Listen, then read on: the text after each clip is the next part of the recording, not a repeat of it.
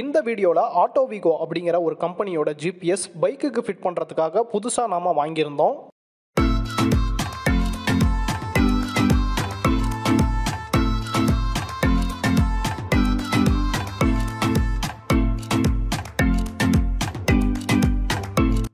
அதை ஃபிட் பண்ணுறதுக்கு Salem 4 ரோட்ஸில் little flower school கிட்ட இருக்க கோல்சன் கார் டெக்கர்ஸுக்கு வந்திருந்தோம். ஜிபிஎஸ்ஸை நாங்கள் கொண்டு போயிருந்த பைக்குக்கு நீட்டாகவே ஃபிட் பண்ணி கொடுத்தாங்க. ஃபிட் பண்ணுற வீடியோவை தான் நம்ம இப்போ பார்த்துட்ருக்குறோம்.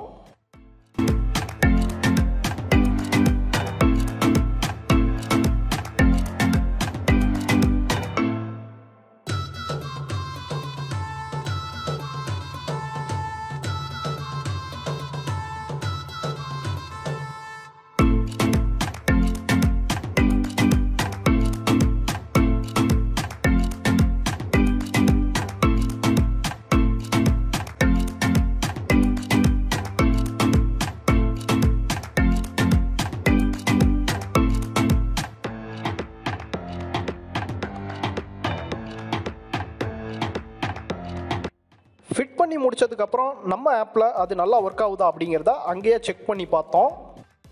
கரெக்டாகவே ஒர்க் ஆனுச்சு. பேசிக் லெவலில் இருக்கிற இந்த ஜிபிஎஸோட ஃபீச்சர் எப்படி இருக்குது அப்படிங்கிறத ஒரு டெமோவாக நம்ம இந்த வீடியோவில் தொடர்ந்து பார்க்கலாம். எங்களோட ஆஃபீஸில் இருந்து பைக்கில் ஜஸ்ட் ஒரு டிரைவ் பண்ணி வெஹிக்கல் மூவ்மெண்ட் எப்படி இருக்குது அப்படிங்கிறத செக் பண்ணி பார்த்தோம்.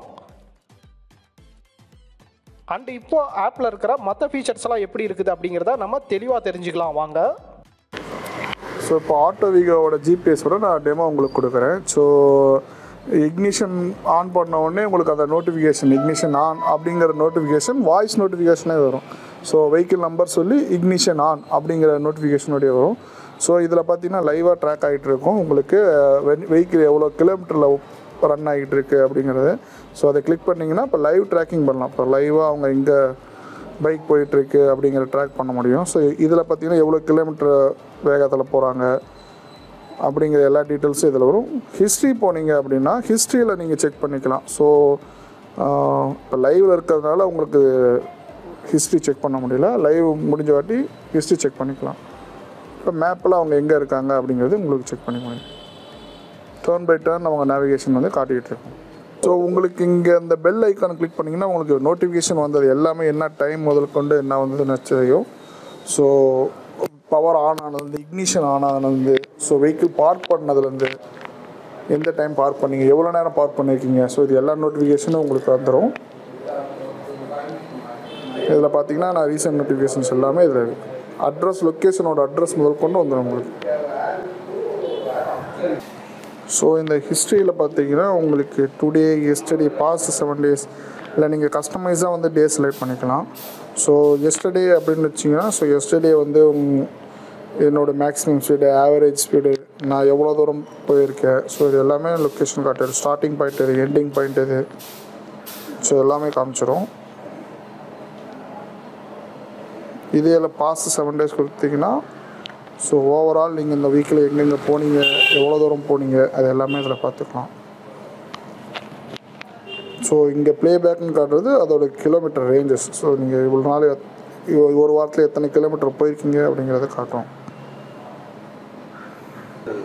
ஸோ இங்கே செட்டிங்ஸ் போனீங்க அப்படின்னா உங்களோட நோட்டிஃபிகேஷன்ஸ் வந்து நீங்கள் வந்து அசைன் பண்ணிக்க முடியும்.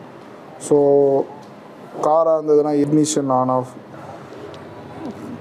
So internal battery low vehicle ஏதாவது சிம் ட்ரே ஓப்பன் ஆகிருக்கு அந்த ஜிபிஎஸில் அது மாதிரி இது ஐடியல் இருந்தால் ஐடியல் நோட்டிஃபிகேஷன். ஸோ வெஹிக்கிள் சிக்னலில் நிற்கிது இல்லைப்பா டிராஃபிக்கில் நிற்கிதுன்னா அதுக்கான நோட்டிஃபிகேஷன் இல்லை வந்து ஐடியல்லே இருக்குது அப்படின்னா அந்த மாதிரியான நோட்டிஃபிகேஷன்.